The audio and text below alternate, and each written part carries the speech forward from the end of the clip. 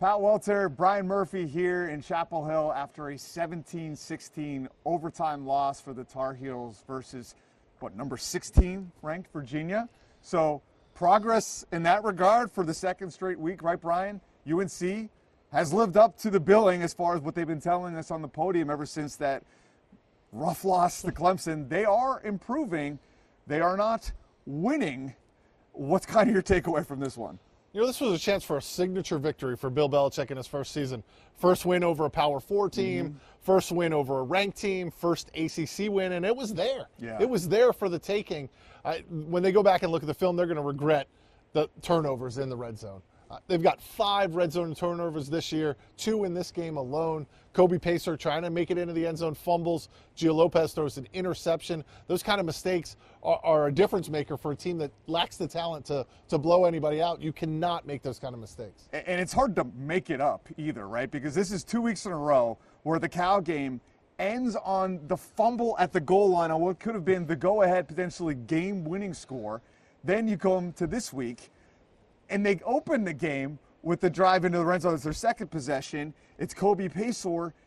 I thought it was a touchdown potentially when they were reviewing it, but then they review it, they find out that it was a fumble out the back of the end zone, which is one of the harshest rules in all of football. You're going in to score, and then you not only get 0 points, the other team gets the ball. Just brutal. Maybe that's a conversation for another podcast, but for that to happen back-to-back weeks, essentially, and then here, this game ends at the goal line as well, where they decide to go for 2 in overtime in Benjamin Hall, just an inch short. So is the takeaway positive? It's clearly positive as far as how they are improving. The defense was spectacular. This team, Virginia, is averaging 500 yards per game. Chandler Morris has been one of the stories in college football, and they completely shut them down all afternoon. So at a minimum, there are things to build on, and from where we were a few weeks ago when it looked like this team, who had not been competitive at all in Power 4 football, looked like they were not going to win any ACC games. Right now we sit here, and they easily could have won 2 ACC games in a row. Yeah, a couple things to unpack there. I thought it was the right decision to go for 2. Me too. You've got an offense that really struggles to score. I wasn't thrilled with the play call, but I thought the decision-making to go for 2 was the right call. You'd like to see Lopez get that ball out of his hands a little quicker, give Hall a better chance, or maybe even run the ball. Also, you've got a left-handed quarterback. You put the ball on the left hash mark, and now he has to roll right. Just makes it a little more difficult for him. So a couple things I think coaching-wise you'd like to clean up on that, but I did think overall it was the right decision. Yeah, agreed. The defense, Virginia had only allowed 5 sacks all season. They allowed 6 today.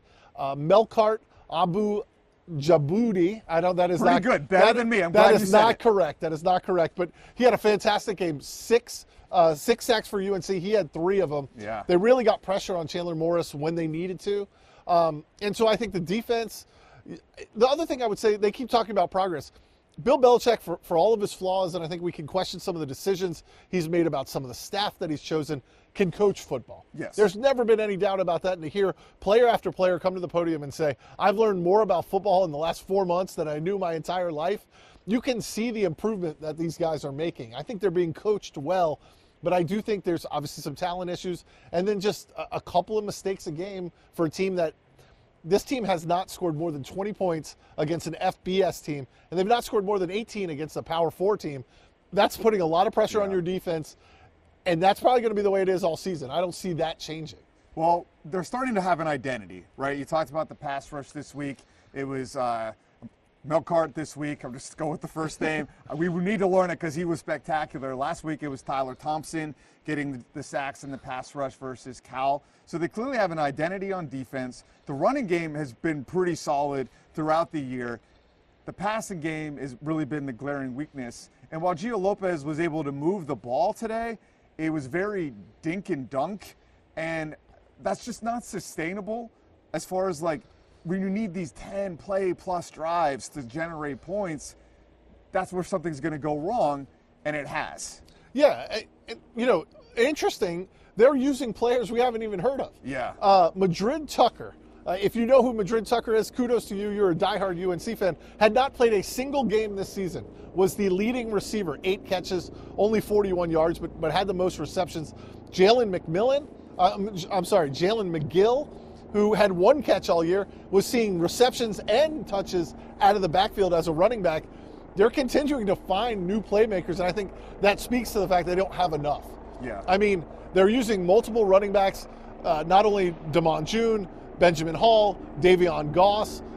McGill got some carries today. They're still experimenting at wide receiver, finding a new guy in Madrid Tucker. So I think it's an indication that the offense knows they've got to find additional playmakers somewhere. Yeah, they're desperately seeking explosive plays. And that was one of the themes from the press conference earlier in the week.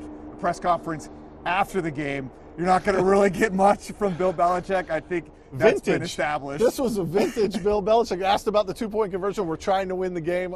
We all know you're trying to win the game. No insight into that thinking. I asked him about the play at the end of the game. Carolina's at the 49. They need maybe 15 yards for a field goal attempt, a legitimate field goal attempt. They instead try to go way down the field. Lopez is intercepted on a ball that Tucker almost pulled down, ends up getting intercepted, and you don't get the chance to kick the field goal. Asked him about that play. He said we were trying to get in field goal range. That would have put us in field goal range.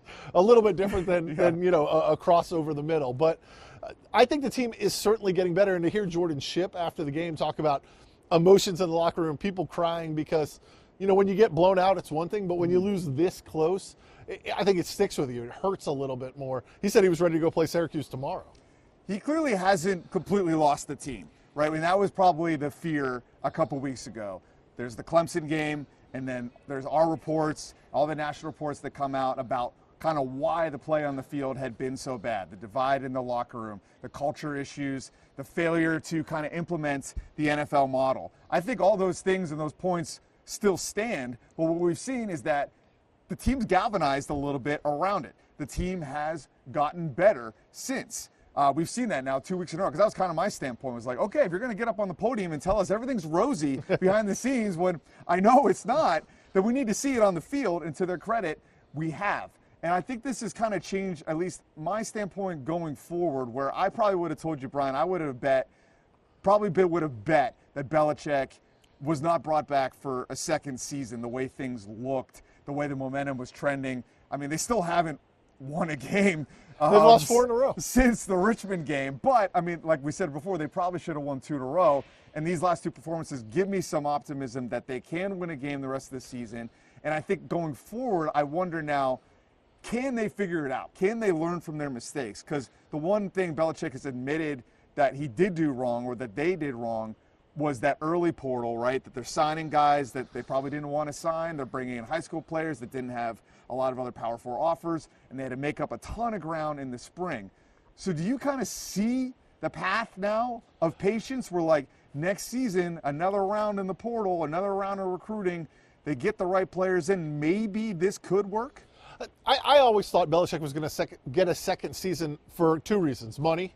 Yeah. And because a lot of people in leadership positions at UNC have sort of stuck their neck out and really made this happen. I don't think they were ready to pull the plug after 1 season, certainly not for on-field issues. There are enough built-in reasons. You can talk about the portal. You can talk about the transition. What I would like to see as this team moves forward is difference in general manager. I think you've got to upgrade the talent acquisition process. I'm not saying you have to get rid of Lombardi, but there's got to be people with some college experience brought in there. And I'd like to see maybe some staff upgrades. There was extra money that was allocated for assistants that wasn't spent. Can you go get an ace recruiter out of the SEC? Can you get someone like a Brian Hartline, who has produced NFL wide receivers at Ohio State, and promise him a coordinator job?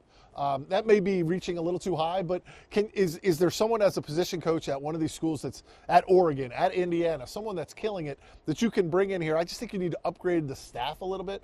But as I said earlier, I think Belichick is coaching really well. I think these players are getting better, but I think you're starting at a baseline of talent that is certainly not as high as it was in the Mac Brown days. And so how quickly can you remedy that problem, the talent issue?